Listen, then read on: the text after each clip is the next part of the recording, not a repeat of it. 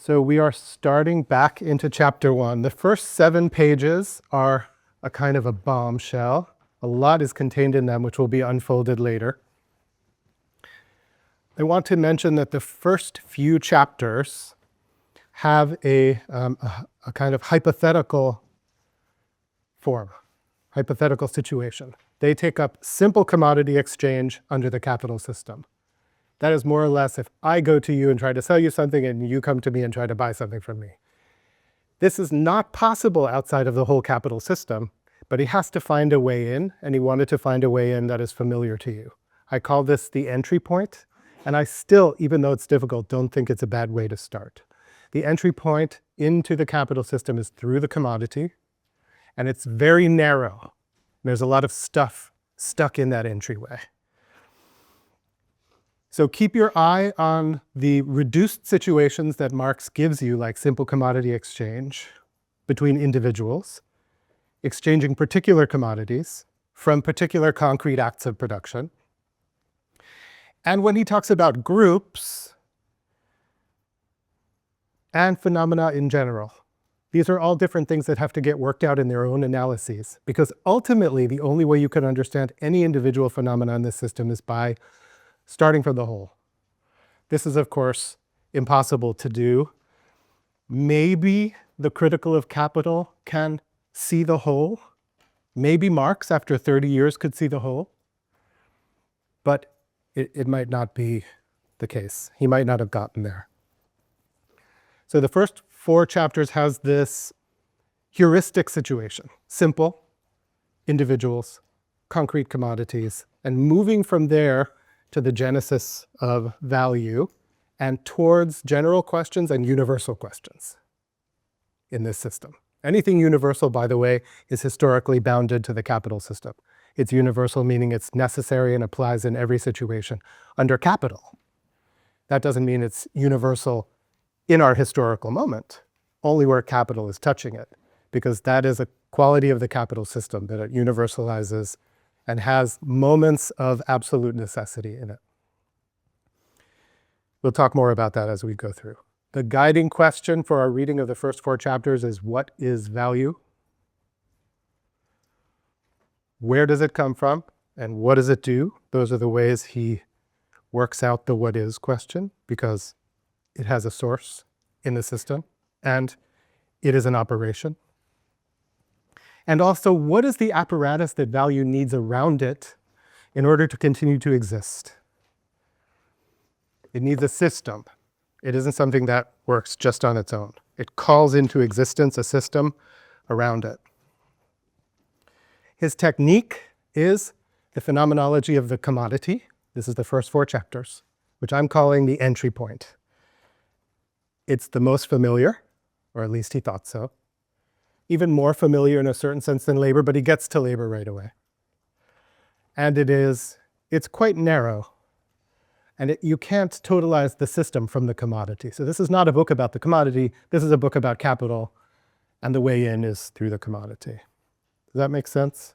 Because as I said last time, capital is not an elemental theory like chemistry, let's say. Although chemistry is beautiful because the compounds have different emergent qualities than the elements. So you can't fully explain a compound from its elements. And capital is the same.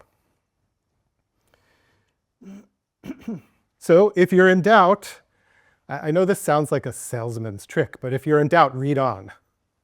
Things don't fully make sense from the perspective of the entry point. Like you can't see a house from the foyer. You need to go through the rooms first. You get a sense of the whole layout.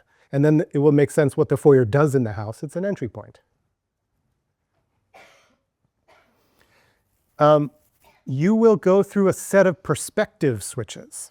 That's what Marx is going to do for you, and that's the phenomenological aspect of this book. Phenomenology just means the science of appearances, or the way you experience things.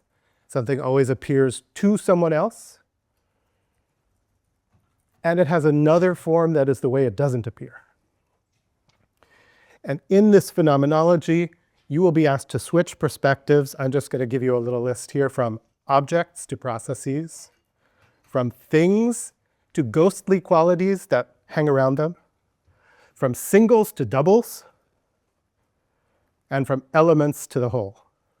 These are the perspectives, these are the perspective switches you're going to be asked to accomplish as you read the book. So it is a kind of training for your psyche, for your perceptual apparatus, for your understanding apparatus. Today we have an objective, which is, part of our objective is going to be to define use, use value, exchange, exchange value, and the product of their relationship, which is value. You're going to be introduced to a new term, which is value form. It's a Marxian term, and it's very important for understanding how the capital system works. Let's start with value. This is what the first 7 pages leap into, and the first 4 chapters try to define for you. You are witnessing the birth of a phantasm, value, but more than a phantasm, a necessary phantasm, like freedom or democracy, but those belong to other systems. This is the phantasm that belongs to the capital system. Value is a phantasm born out of the lopsided relationship between use value and exchange value, or between use and exchange. You're going to hear how it comes to be treated as an independent, quasi-natural substance, something like a substance in the philosophical sense. Value is a unique quality of things under the capital system. You'll see that Marx uses an analogy of weight. Like in a physical system, the capital system has this unique quality called value. Value is the weight of the capital system. Value is the substance that you can read through things like you can read weight in a physical system. And there's a whole set of strange operations that the capital system uses that other social systems don't. Reflection, comparison, reduction, abstraction, reification or objectification. These are all the processes of the capital system. This is Marx's discovery. I'm going to give you one definition of value, and then we'll come back to it a number of times. Value is a norm for comparing commodities in order to find the right ratio in which to exchange them. Value is a norm for comparing commodities in order to find the right ratio in which to exchange them. This doesn't quite get to the changes, the transformation of value under the capital system. The way it compares commodities, the way it comes to ratios, is going to be different in capital than in simple non-capitalist exchange. But if you want to know what value is in a non-capital setting, it is something like what you need when you're not producing solely for yourself and you don't live in paradise. Or you could say if you don't live in hell, where desire is 100% and the supply is 0, and you don't live in paradise where desire is at 0 and supply is at 100%, you need value. Value is what allows you to trade your thing for something else you need with someone else. It's the way you decide how many of your thing you're giving for how many of the other thing. Under the capital system, it isn't so much arrived at according to desire or demand, even in that case. It's arrived at according to reduction, hypostatization, equalization, expression, mirroring, all of these weird processes that Marx is going to lay out for us, as though the capital system were really very different than any other social system, because its processes were totally different and abstract. Abstraction being one of the processes. So about value, Marx is not saying there is something like value like there is a chair in a room. We know this. He is saying, however, we act as though it's there like a chair in a room. It gets objectified. It has what he calls ghostly objecthood, a great translation by the new translator, Paul Ryder. It's true, ghostly objecthood. It's a kind of objecthood that you can't you can't touch, and it can dissolve easily. It goes through a lot of transformations. Capital has its own ecology and its own physics. So on one hand, value has a subjective side. We feel it to be there. If someone comes up to you and say, I'll give you this banana for your iPhone, you're like, but that's not worth my iPhone. How do you know? Well, I feel the value of this. I paid for it, or my parents paid for it, or the school paid for it, right? You have a sense of its value. But it's not only subjective, it is an objective need of the system for things to have value. So one thing to keep in mind is you cannot do away with value just by feeling differently. Debunking value is not going to help you with the capital system directly, although it will help you make better decisions. If you all decided to give away all your stuff as if it were valueless, you would end up with no stuff. But capital would go on happily, especially in the people who got it, your stuff. Does that make sense? We'll track a little bit the difficulties in finding positions of resistance to the capital system. Debunking or refusing it doesn't seem to be enough. Okay, we're starting with value. And you'll see if you open the book, we spent last time talking about the vocabulary of the opening paragraph. He begins talking about what he calls use value, which is, by the way, already something different than use. Value is only in play if you don't have the thing, or if you're not using it. Once you're using a thing, it has no value because you have it. Once you have a thing, it really doesn't have the same kind of value. Value is only if it's threatened to be taken away or you need to get it. Value is a kind of teletechnology, a way of relating to something that you need. That thing has value insofar as you need it. That is the value insofar as you need it for use, he calls use value.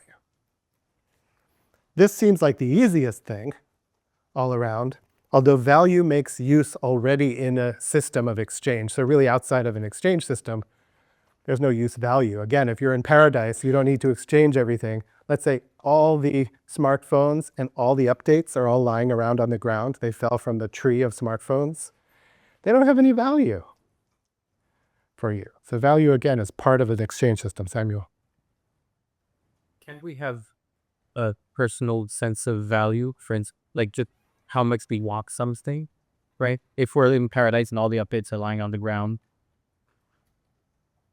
we might not need a sense of hierarchy. We might not need to hierarchize them, but we still could do it, right? Doesn't seem like it's a product of an exchange system.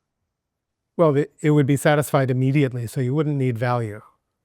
Value is the delay of that satisfaction, right? Value is what comes into play while you're waiting or trying to get something.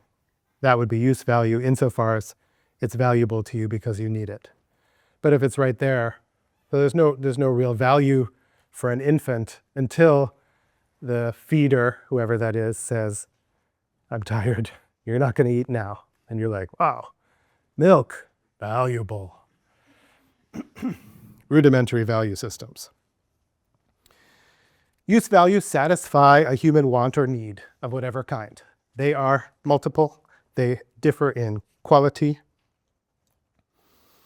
and Marx is not interested in this. So if you're concerned about use things, like some people are who live their life, you need a hammer, you need to go get a hammer, Marx is not going to talk about that.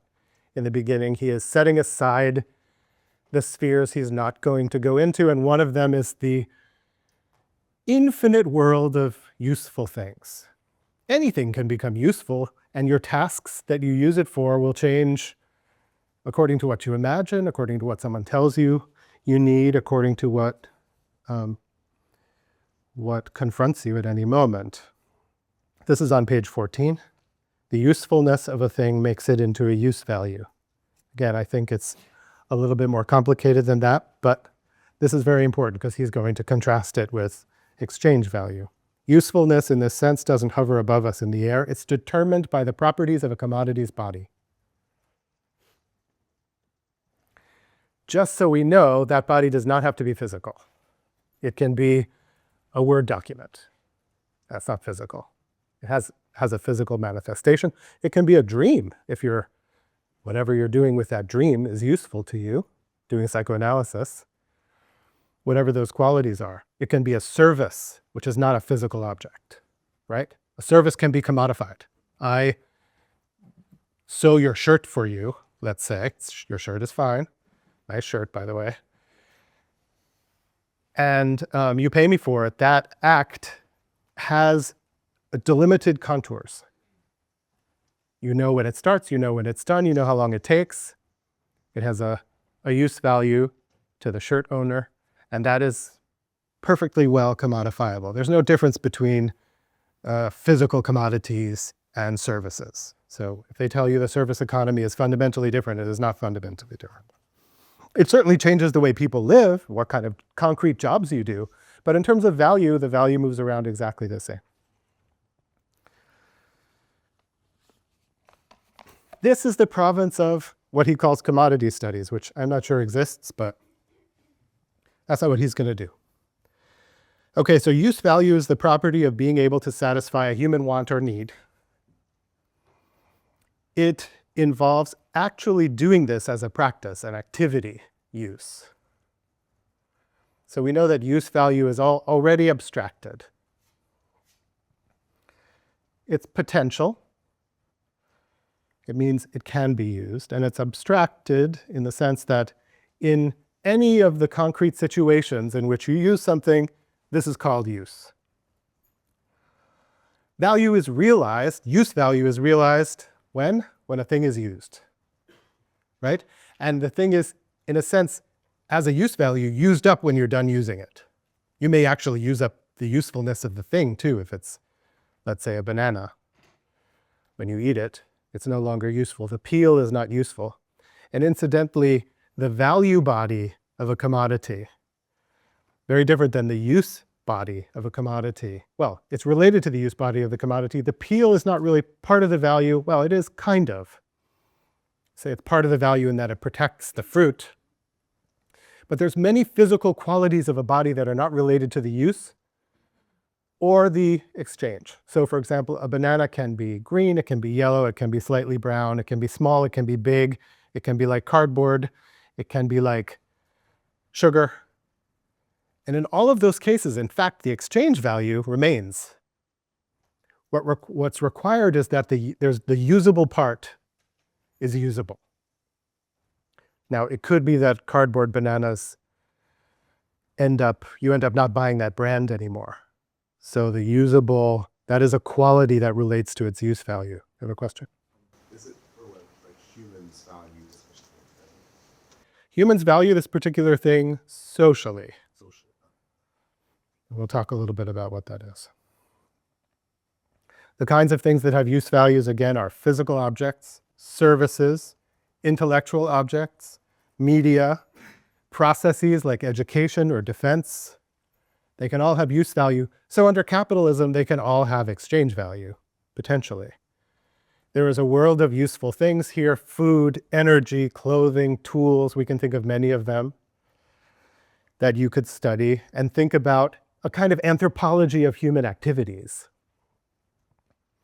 Anthropology had to change under capital, though, to be an anthropology of the way human activities are used by the system to produce value. Let's talk about exchange value. So we need to talk about, it's a very peculiar phenomenon.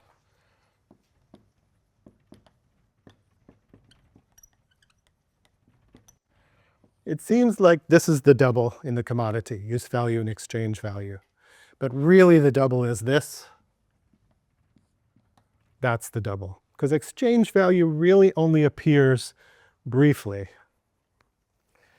This is a long-standing misunderstanding of the text, and Marx is not so clear about it. Exchange value is also potential and abstract. Something has value when it still has a use, but it has to be able to do something else beyond its use in the capital system. So again, Exchange value is not just a quality that resides in the thing. It's a quality that tends toward an activity, a capitalist activity, which is exchange. Does that make sense? It doesn't just sit there. It happens. And it's called up when you're exchanging. Would you mind explaining a little like that? Yeah, I'm going to do that in just a second.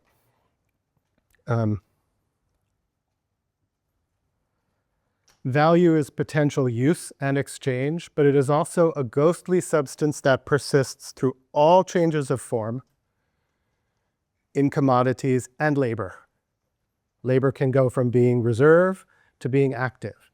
A commodity can go from being used, that is to say when it's being worked in labor, to being exchanged, to being used, to being exchanged, to being totally consumed and turning into waste.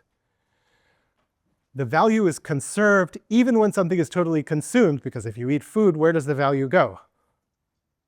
Yeah, you become the value. The value goes into you as a laborer. So you will notice that value goes through a set of transformations that is a circuit, as a closed circuit. It comes back around, you go back to labor the next day, or you go back to your class the next day with the energy. Again, energy and value seem to be in a kind of E equals mc squared relationship here. They can neither be created nor destroyed in this system.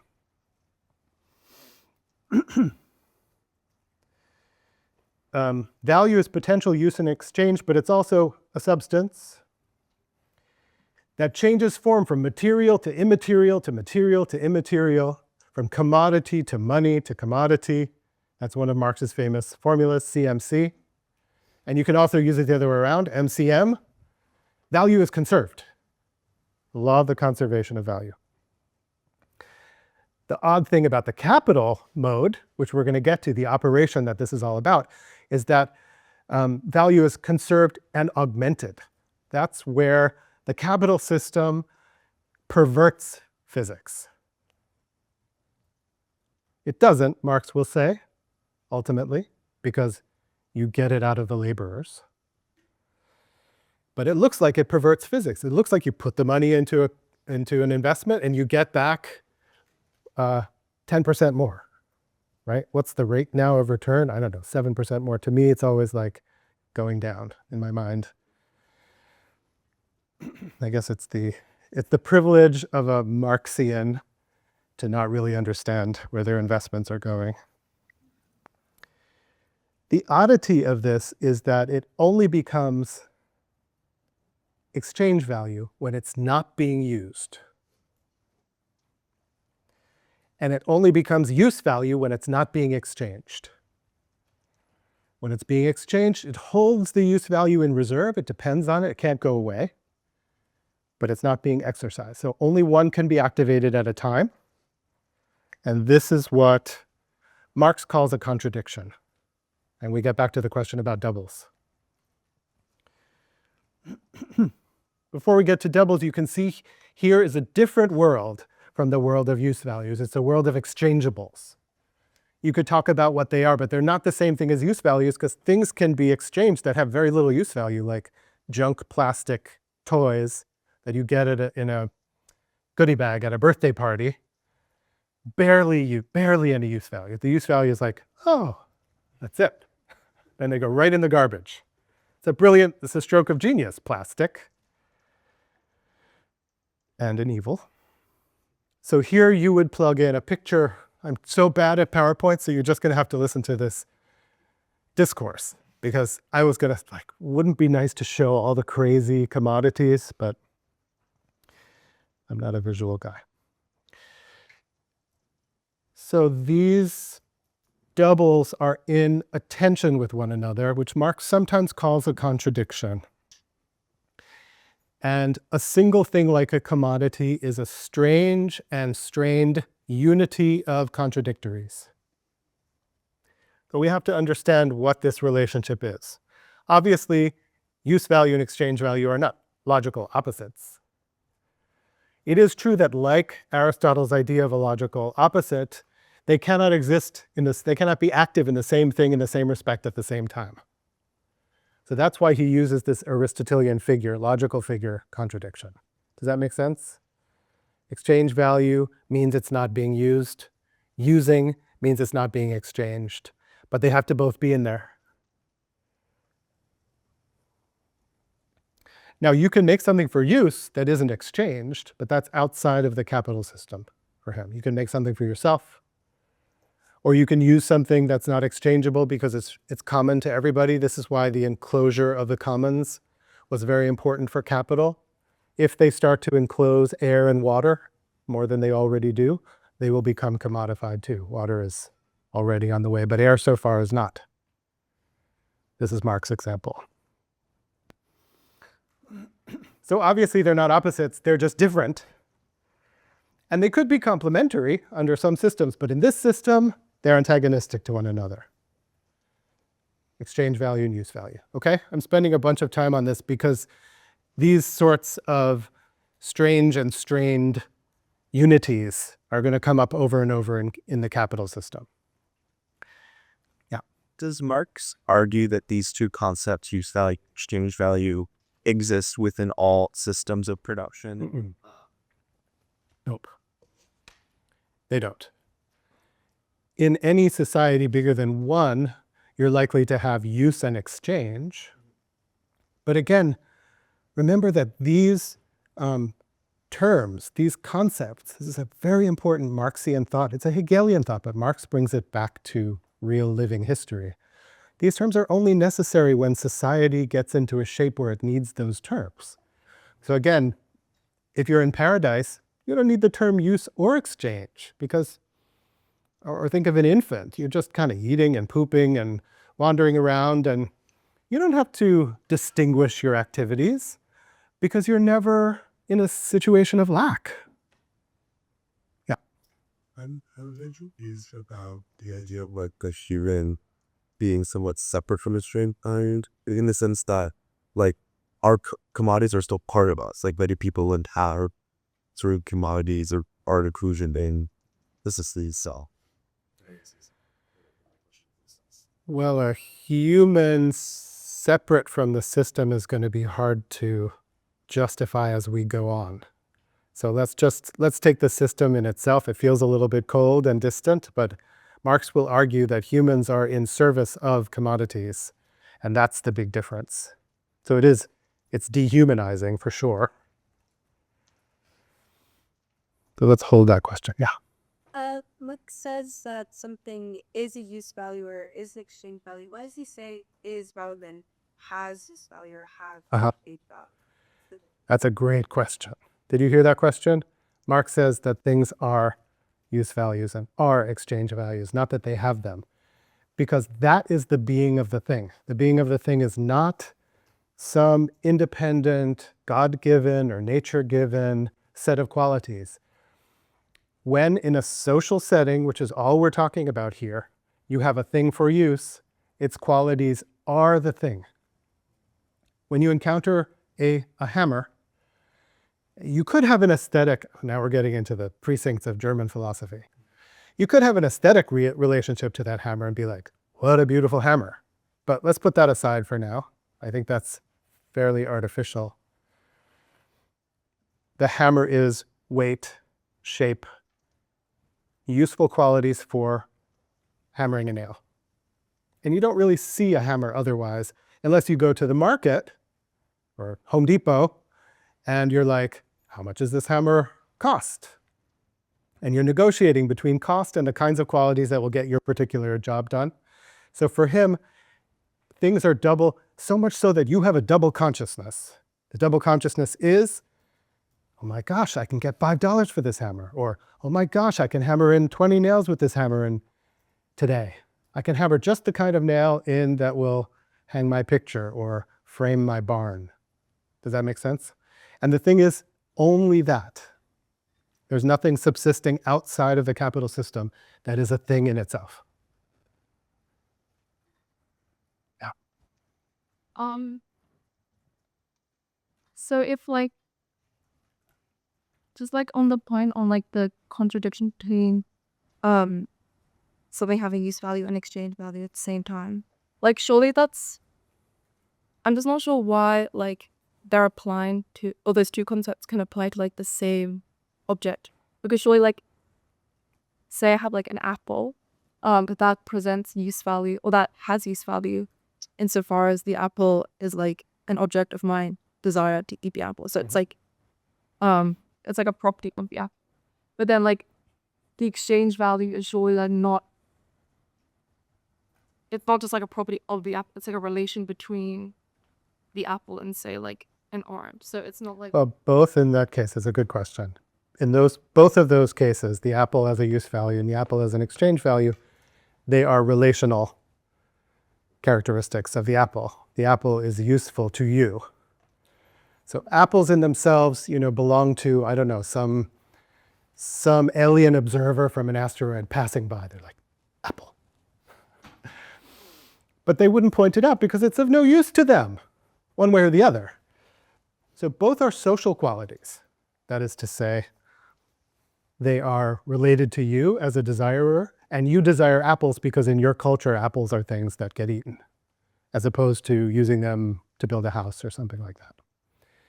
So they're two different kinds of social characteristics. And you can tell immediately that these two things go together in a strange and strained way. They're always both there. One comes forward in exchange and one comes forward in use. When you go to the supermarket, if you just shove your face into the apple, someone's going to be like, wait, this is an exchange place. We're not doing that here. You take that out, you pay for it, right? And you always feel bad when you eat the apple and then you're going to pay for it up at the register. Like, I was just so hungry. In fact, it has to be an exchange first under capital. Just like you give your labor first before you get paid, the thing is exchange. And Marx is going to show that not only are these things strange and strained doubles, but they are reversed from what you imagine them to be in your humanistic way of thinking and from what they are in other systems. You don't look convinced, but let's keep going. We have a lot to get through and we barely started. Okay, what we know about things as use values, right? The thing is a use value. It's a use value because someone put concrete characteristics in it through their concrete labor, right? Somebody put the characteristics into an apple. They're not just born there. They've been refining these trees for years, for decades, for centuries, and putting in the fertilizer and putting in the work and picking them, right? And polishing them and all that kind of stuff. A skilled person uses qualitatively specific activities to make something that satisfies a human want or need. This is called production, by the way. This is called product production. At a later point, the thing gets taken for exchange. Temporally, production of a use value comes before production of an exchange value. But logically, in a capital system, production of exchange value comes before production of use value. The way the contradictions can exist in capital is that they get spread out in time. They get unfolded in time. I will talk about why exchange comes first. Again, in a capital system, commodities are things that are produced for exchange. So before they get thought of as use values, no, it's not exactly right. They're both thought of as use values and exchange values at the same time, but exchange is the original impetus for producing them in a capital system. Okay.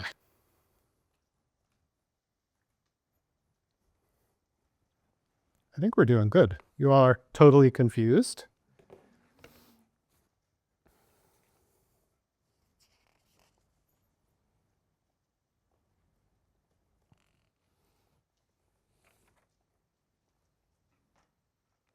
Let's take a look at page 15 to 16 here.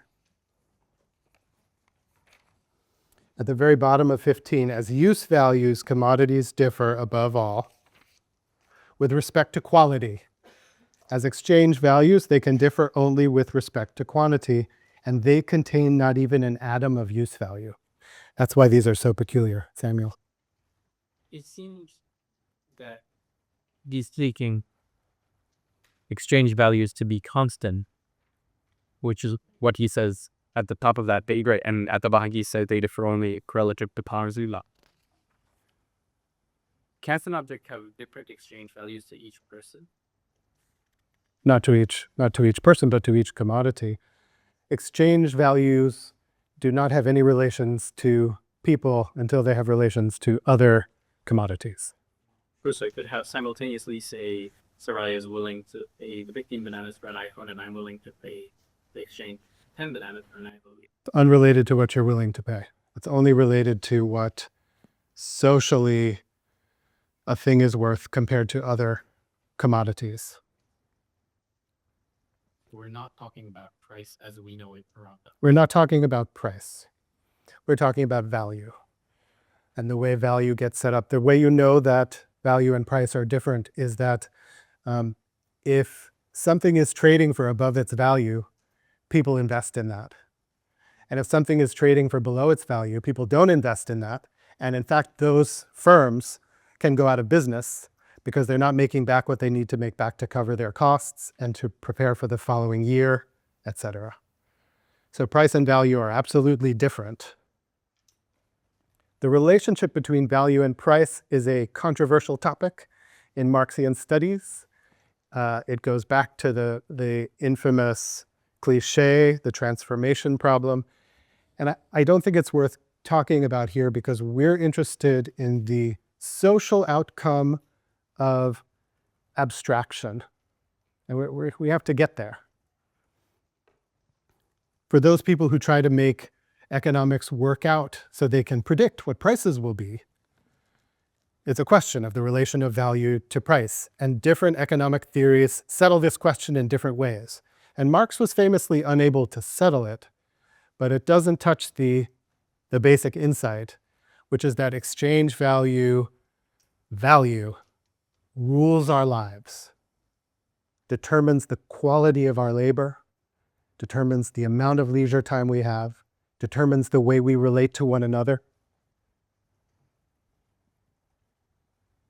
Yeah. Can you think of price and value as kind of one of those weird doubles where one feeds into the other? Right? You question kind of like why a price is this way. And, that's the phenomenology of it. And then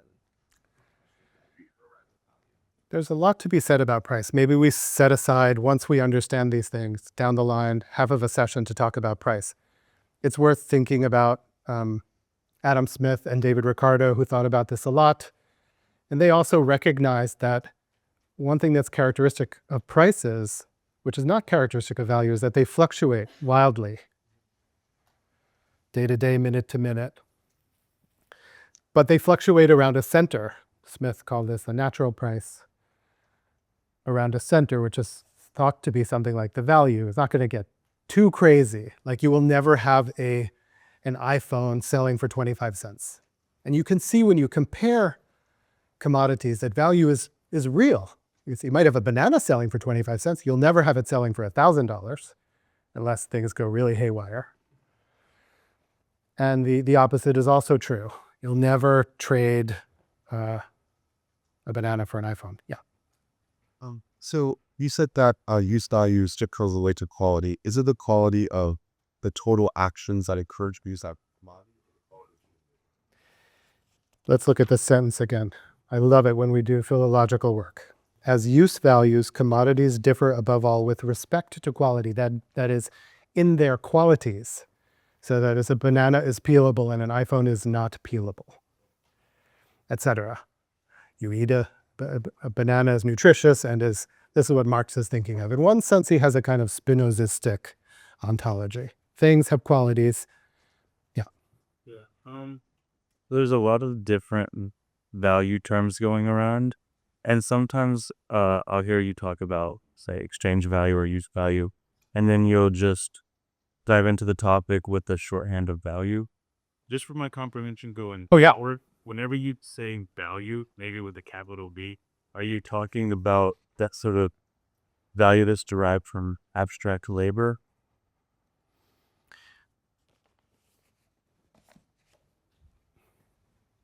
use value you understand. It is something that corresponds to your wants and needs.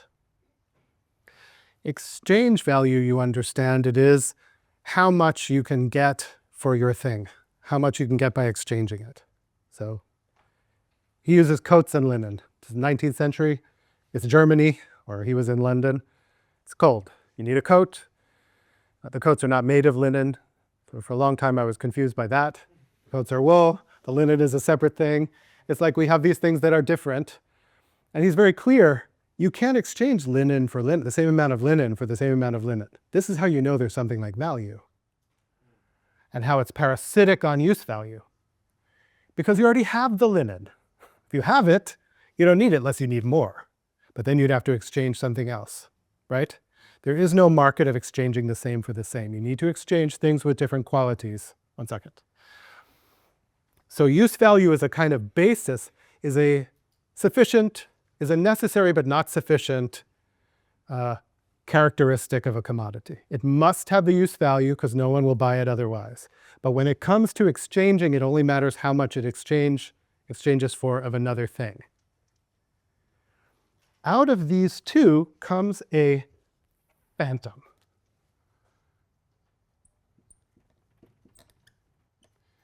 Because when you exchange it for something else, you think it has this thing intrinsic to it that is of value. The value appears in the thing as something it seems to carry with it and have with it everywhere it goes. So value is a product, is the unity of exchange value and use value. You say that is worth X, Y, and Z because it has this ghostly quality that adheres to it.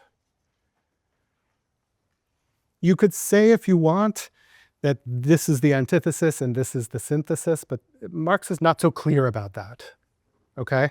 He will not talk about exchange value as a separate and interesting thing after this.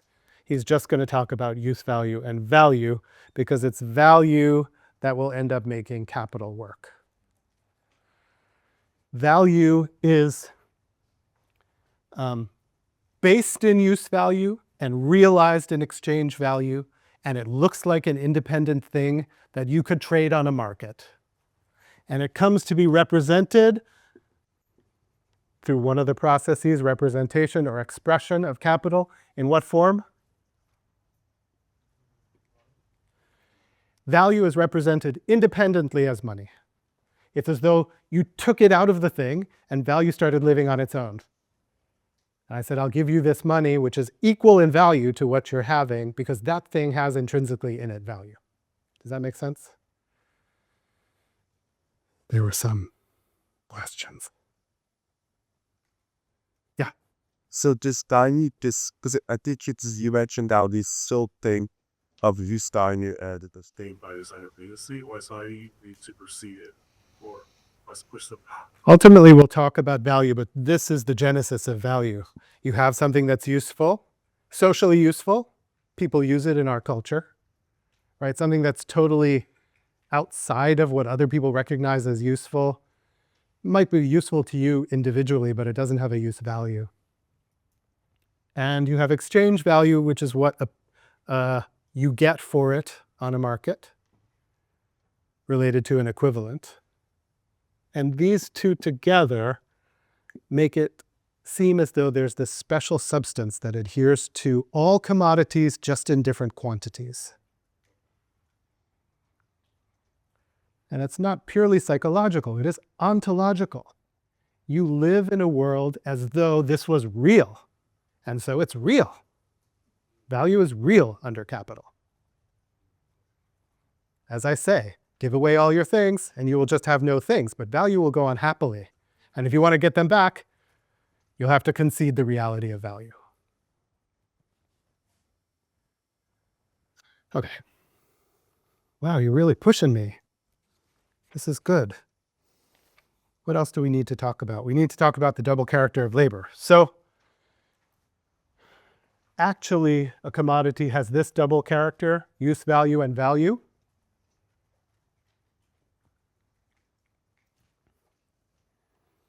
And labor has a double character too.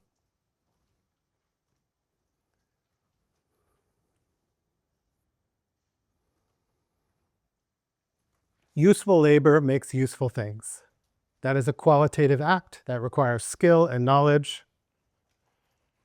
As machines take over that, you can put less skill into it, but nonetheless it requires some skill. From the perspective of a useful object, labor is useful labor.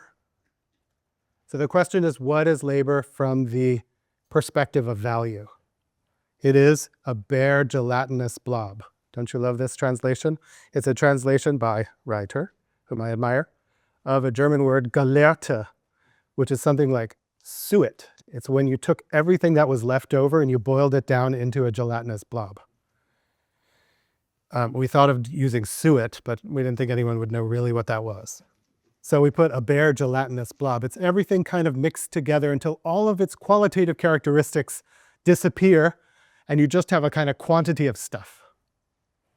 That's the second characteristic of labor, which he calls abstract labor. So you have concrete labor and abstract labor. Clearly, abstract labor makes value and concrete labor makes use values. In capital, these get inverted so that you do concrete labor so that you can get abstract labor and you make useful things so that you can get value out of it. I'm jumping ahead. That's like the climax of the first 4 chapters. We will go from commodity production or production of products to production of value. Or commodity production to production of value. You don't get the second type of labor from concrete differentiated labor. If you look at the world of useful things, you see all these different qualities. They're edible, they're sweet, they're sour, they're tools to make other things, they're entertainment, whatever it does for you, it does for you. The same thing with the labor that goes into it. It's absolutely and potentially infinitely differentiated.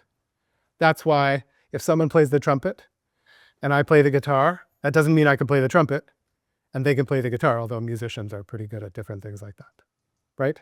But this divides us as people, so we have a social division of labor, as Marx calls it. But when it comes down to the labor that makes up value, it is undifferentiated, homogenized, reduced to one particular quality, which is, according to Marx, how long it took to do. How long it took to do according to the average that it takes to do that in the society. Okay, let's say a couple of other things. We need like a 4-hour lecture, but you're probably happy you don't have that. Let's talk about socially necessary average labor time. Socially necessary average labor time is what distinguishes Marx's theory of value from Ricardo's theory of value or Smith's theory of value. Value is not just what the worker put into it in producing a useful product. Value goes through this homogenizing process, and you can tell the magnitude of value by the socially necessary average labor time that went into it. Because labor goes through its homogenizing process too, and you are being compared to everyone else on the labor market, so that when you go to work, they don't say, take your time. You do it in 5 days, do it in 5 days. No, they say, well, the average for this is 2 hours. So you got 2 hours to do this. If not, you're out, right? This is the way it works, because if one firm is working much more slowly than another firm, they won't last very long. Here is where competitive pressures come in. You don't actually get those very much in this volume. You get them much more in volume 3. But you have to keep in mind that we're looking for the whole system. So ultimately, competitive pressures push these things in a particular direction. We'll see this a bit later in this book. Socially necessary labor time. The labor time necessary in this society to make a certain thing. Marx is going to use the prefix social a lot. What does social mean? It has 3 opposites: natural, individual, and ideal. In this way, he gets rid of a kind of biologistic anthropology. He gets rid of the Hegelian or liberal concentration on an individual, and he gets rid of German idealism. Social is not natural. It means something that was made, something historically specific to a given society, to a certain way of living, which has institutions. Although he will say often that the social is natural for human beings, don't be confused. The social is quite different than nature. Although Marx was understood that nature has its own history, at that time he read The Origin of Species and was really keen about it. The social is its own category. It also means not individual. That is, it's something that applies to the whole society in its and emerges from the interactions of individuals. The individuals in the largest collective that shares a way of living. And social is also not ideal. That is to say, it's not a prescription or a description of some abstract truth, but a set of practices. Practices that make sense for a group under certain pressures, a group whose members are completely interdependent, for whom an individual is a falsification of their real way of living, because they collaborate on everything through a division of labor. Social or societal names the interdependent group that cannot be reduced to an individual free will, to individual inclinations, or individual drives. So the social is a ground zero for all of Marx's reflection. That's what makes him useful in the courses called Foundations of Social Thought. Yeah, Samuel. Yet Marx is living in a kingdom, right? Like living in Prussia, right? Well, he's living in London at this time. But he grew up in Prussia, which is a kingdom, and arguably a lot of societal pressures are coming from the whims of the leader of that society. So how do we work that? Well, he is not talking about political forms or government. He is talking about the way people have to collaborate on their social life to make their means of subsistence, which he saw as quite independent of the whims of the Prussian leaders. Although they could infringe on it, but people tended to do that on their own. They could benefit from it, but the people tended to do that on their own. Yeah. What is he describing as society? Is it particularly London, this revolution of the state, or English society? Capitalist society. Society under the domination of capital. Okay, we're coming up to the end of our time. Let me see if there's any questions. We're crawling along, but it's going to get faster, I promise. There's just a trick or against a trick. So capitalism is neither a political system nor a capitalist system for the social system. And the key, does he link that to colonialism? Oh yeah, the last chapter is about colonialism. He links it to colonialism and the types of colonial type activities in Europe in which people were dispossessed of their land and forced into factories. Yeah. Very loud. This might be too big a question to ask right at the end, but how much of the rest of Marx's economic analysis depends on his labor theory of value? He does not have a labor theory of value. He has an abstraction theory of value, or something people have called a value theory of labor. I think it's a good turn because he's really interested in what being forced to produce value first does to labor. He is not interested in working out how we can get the most out of a market. And so his goal is very different than mainstream economists. But we can talk more about that. It's the last minute where a bone of contention has come up. Other questions before we cut? Yeah. I think it's certain together like exchange value, use value, and then how value is turned by labor. Those two like three different ways that you can determine. The only thing about value that's determined by value is determined by exchange, and its magnitude is determined by the abstraction of labor such that those things become comparable. It's complicated. He says when you take all these things of totally different qualitative characteristics that are used for totally different things by different people, incidentally, not everyone wants a hammer, right? We are not philosophizing with a hammer, we're philosophizing with a MacBook. How do they become comparable? They become comparable through exchange. Where do they get their magnitude? They get their magnitude from the socially necessary average labor time used in them, because that's the only thing that differentiates different commodities in their magnitude of value, says Marx.